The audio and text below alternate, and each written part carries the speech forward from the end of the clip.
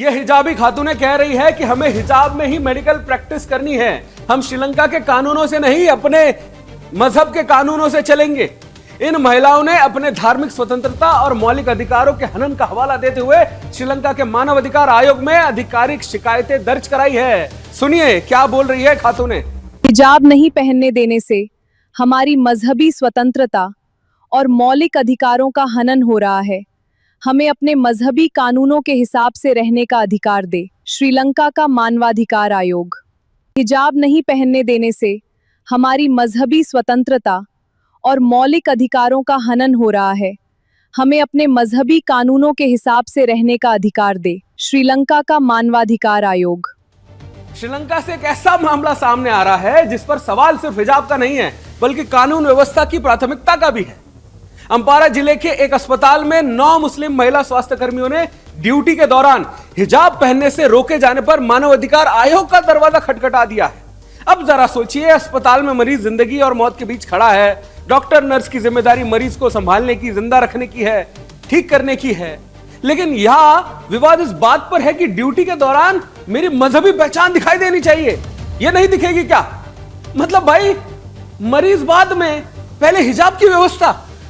श्रीलंका में सुरक्षा कारणों से चेहरे को पूरी तरह ढकने वाले बुर्के और नकाब को लेकर पहले से सख्त नियम वहां पे है। हालांकि मौजूदा मामला मुख्य रूप से हिजाब और अस्पताल के ड्रेस कोड से जुड़ा है। लेकिन सवाल सीधा है कि अगर अस्पताल के नियम बनाया है तो क्या मजहबी पहचान के नाम पर उस नियम से अलग सुविधा मांगना सही है? आप मजहब को आप मानिए, फॉलो करिए, आस्था भी रख सकते हैं, लेकिन नौकरी में जो नियम भी होते हैं उसको भी तो मानना पड़ेगा। मरीज का उसको इलाज चाहिए।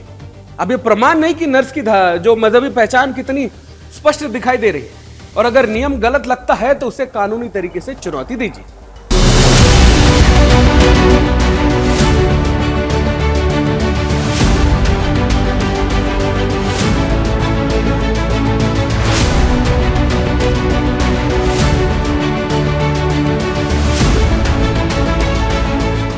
श्रीलंका में 10 से 11% के आसपास की मुस्लिम आबादी है, लेकिन ये 10 से 11% की मुस्लिम आबादी भी श्रीलंका के कानून को ठेंगा दिखाने में लगी हुई है। वहाँ की खातून जो कि ऑलरेडी वहाँ पर बैन है हिजाब पहनना, उस हिजाब को पहनने की मांग कर रही हैं, और वो भी उस जगह पर जहाँ लोगों का इलाज होता है, यानी कि हॉस्पिटल्स में। अब सोचिए ये किस प्रकार से कानून को ठेंगा दिखाने की कोशिश कर रही हैं। अभी हाल तब है जब 10 से 11% के आसपास इनकी संख्या है। सोचिए जब ये 10 से 15% या 15 से 20% के आसपास इनकी जनसंख्या पहुंच जाएगी तो पूरे श्रीलंका में शरिया लागू करने की मांग करने लग जाएंगी। श्रीलंका में पहले ही इस्लामिक आतंकियों ने 2019 के बम ब्लास्ट में सैकड़ों गैर मुसलमानों को मार डाला था, जिसके बाद श्रीलंका में बुर्का हिजाब बैन कर दिया गया था। लेकिन अब फिर से मुस्लिम अपनी मांगों के लिए विक्टिम कार्ड खेलने लगे हैं। जी हाँ, श्रीलंका में हिजाब को लेकर उठा विवाद अब सिर्फ एक कपड़े का विवाद नहीं रह गया है। सवाल इससे कहीं आगे निकल गया है और सवाल इससे कहीं बड़ा हो गया है। सवाल ये कि किसी देश का कानून बड़ा है या धार्मिक पहचान के नाम पर अपनी शर्तें मनवाने की जिद। अम्पारा जिले के कलमुनई नॉर्थ बेस अस्पताल में 9 मुस्लिम महिला स्वास्थ्य कर्मियों ने ड्यूटी के दौरान हिजाब पहनने से रोके जाने के खिलाफ श्रीलंका के मानवाधिकार आयोग का दरवाजा खटखटाया है। इन महिलाओं का आरोप है कि उनके धार्मिक अधिकारों का उल्लंघन हुआ है।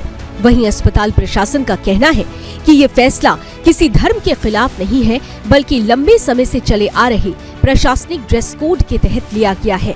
अब जरा सोचिए, अस्पताल है जहां पहचान कपड़े से नहीं काम और जिम्मेदारी से होनी चाहिए।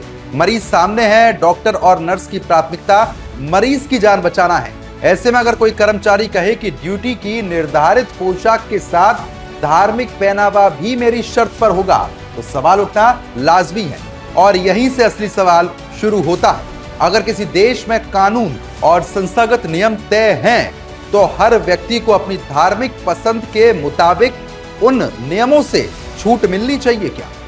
श्रीलंका में 2019 के ईस्टर हमलों के बाद सुरक्षा के नाम पर चेहरे को पूरी तरह ढकने वाले नकाब और बुर्के पर प्रतिबंध लगा है। फिर भी ये सब अपनी जिद कर रही हैं, लेकिन सवाल गंभीर है। अस्पताल की ड्यूटी में धार्मिक पहचान पहले या संस्थान का नियम पहले? मरीज चाहे स्ट्रेचर पर हो, अस्पताल की आपात व्यवस्था चाहे चरमरा रही हो, लेकिन कुछ लोगों के लिए पहले ये तय करना जरूरी है कि सिर पर क्या रहेगा। क्या ये सोच चिकित्सा सेवा के मूल उद्देश्य से मेल खाती है? चिकित्सा व्यवस्था में नियम इसलिए बनाए जाते हैं ताकि अनुशासन, पहचान, स्वच्छता और सुरक्षा बनी रहे। अगर हर कर्मचारी अपनी व्यक्तिगत मान्यता के आधार पर ड्रेस कोड बदलने लगे तो फिर अस्पताल व्यवस्था कैसे चलेगी? और यही बात सिर्फ श्रीलंका तक सीमित नहीं है। दुनिया के हर देश में नागरिकों को अपने धर्म का पालन करने की स्वतंत्रता हो सकती है, लेकिन धार्मिक स्वतंत्रता का अर्थ ये बिल्कुल नहीं कि कानून और संस्थागत नियम खत्म हो जाएं। धर्म निजी आस्था है, लेकिन नौकरी सार्वजनिक जिम्मेदारी है। इसलिए सवाल ये नहीं कि कोई हिजाब पहनना चाहता है या नहीं, सवाल ये है कि क्या ड्यूटी के नियम सभी पर समान लागू होंगे। अगर नियम गलत है तो उसे कानूनी प्रक्रिया से बदलिए, लेकिन अगर नियम लागू है तो सिर्फ धार्मिक पहचान का हवाला देकर उससे छूट मांगना क्या सही है? क्योंकि जिस दिन व्यक्ति कानून से ऊपर अपनी पहचान को रख देगा, उस दिन व्यवस्था नहीं बल्कि अपनी अपनी शर्तों वाला समाज खड़ा होगा।